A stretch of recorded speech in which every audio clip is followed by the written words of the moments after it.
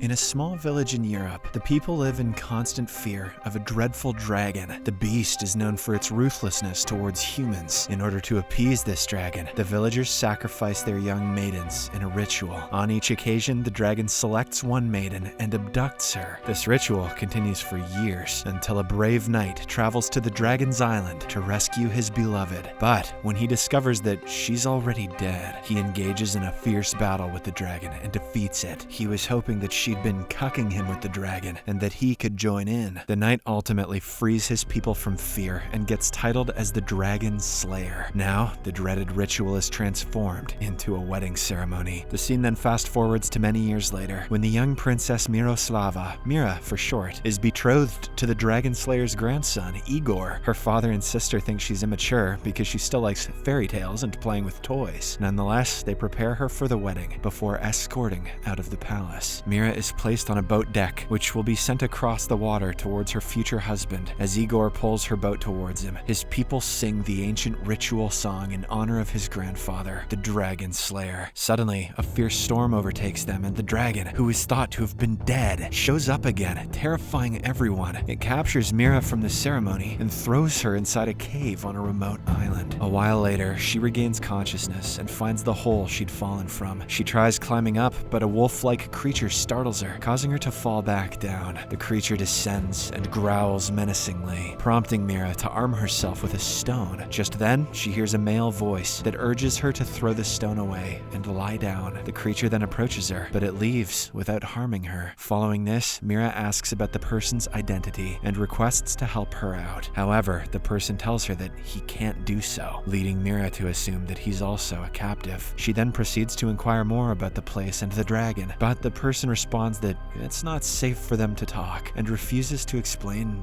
anything. Desperate for aid, Mira pounds on the wall and pleads for help, but she eventually stumbles due to her injuries. Seeing this, the man offers her a paste made from crushed leaves for her wounds. What?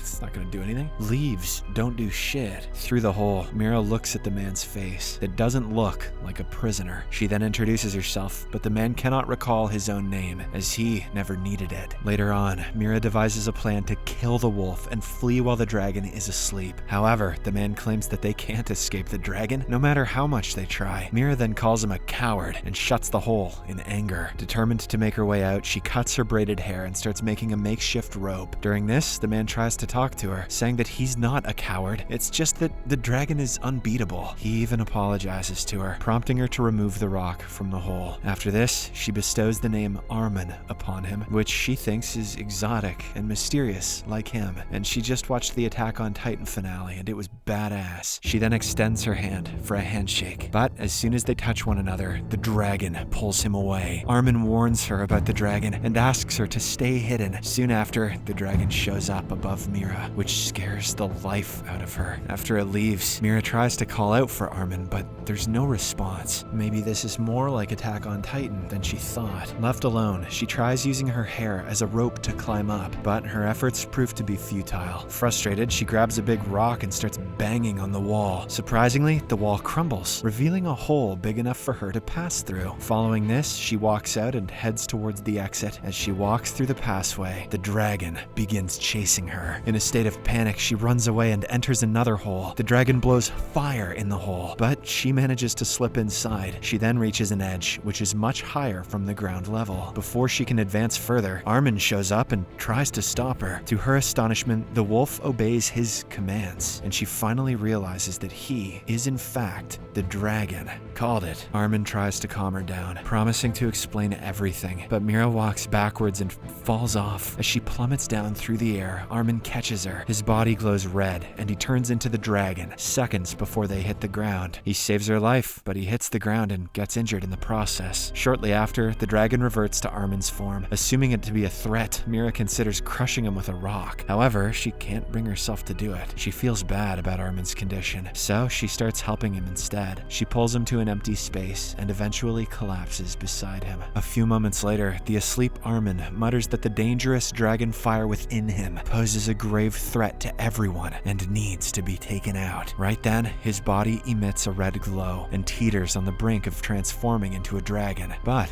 he collapses once more. After this, Mira descends to the shoreline and cries out for help, but there's no one to answer her call. Shortly after, she spots an old boat washed ashore, momentarily raising her hopes of escaping. However, she abandons the idea when a storm hits the sea. As a result, she runs back to Armin and uses a broken ship mast to create an improvised shelter. Once done, she again hears Armin murmuring something. Seeing that he's injured, she applies the leaf paste to his wound and bandages it with her sleeves. As she touches him, his body begins to glow red, but she calms him down by singing a lullaby, which surprisingly works. Eventually, Mira also falls asleep beside him. She will complete the prophecy by cucking Igor with this dragon. The following morning, she wakes up to find herself wrapped in a blanket and a piece of fruit left by Armin. After eating it, she heads down to the shore where she finds him catching fish. She inquires why he won't simply take her home if he has no intention of killing her. In response, Armin explains that it's not as simple as it seems. He then proceeds to share his life story, recounting how he never wanted to become a dragon like his father, but upon witnessing his father being killed, he was overcome with rage that transformed him into a dragon. Despite this tragedy, he vowed to live as a human. For this, he isolated himself on the island to prevent himself from killing humans. When he sensed the uncontrollable transition to dragon form, he would go into a narrow cave where the dragon couldn't escape and remain there until reverting to human form. Armin asserts that everything was going well until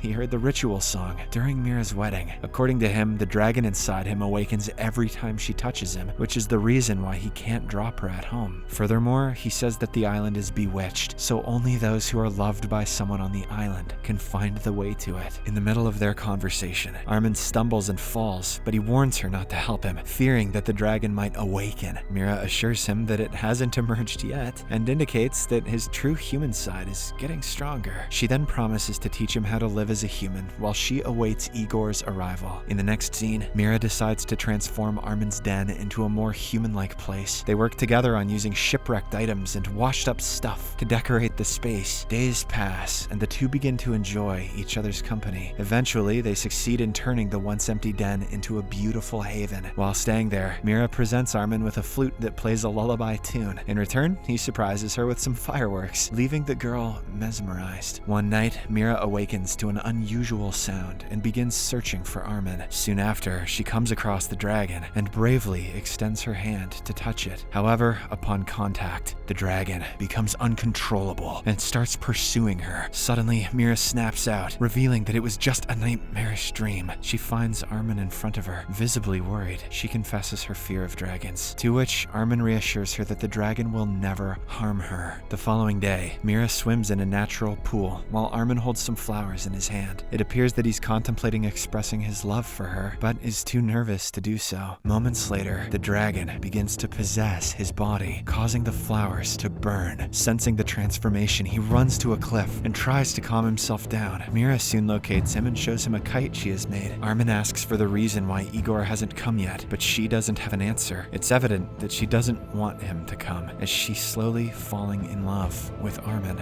Later that night, Armin finds a boat on the shore and assumes that Mira is attempting to escape. He then confronts her and leads her to an altar where he reveals that the true reason for the dragons bringing maidens to the island. According to him, the dragons burn the young girls to death, and from the ashes of each girl, a new dragon is born, which is how Armin was born. He warns that the same fate awaits Mira. He also claims that he's a monster who will never live as humans do, and that it's right for her to fear him. Armin then says that he has been noting her actions for several days. He believes that she is collecting washed-up items to examine maps, using fireworks as a signal, and the boat as a means of escape. He finally orders her to leave the very next day. Mira attempts to clarify the misunderstanding, but the enraged Armin tosses her flute away, breaking her heart. Early in the morning, Mira boards the boat and sets sail. Elsewhere, Igor and his men are seen searching for her, but their efforts prove fruitless. Igor, who doesn't share the same courage as his grandfather, contemplates turning back. However, his helmsman reminds him of his oath and prevents him from doing so to protect the honor of his family name. In other words, he says, "Don't be such a pussy, sir.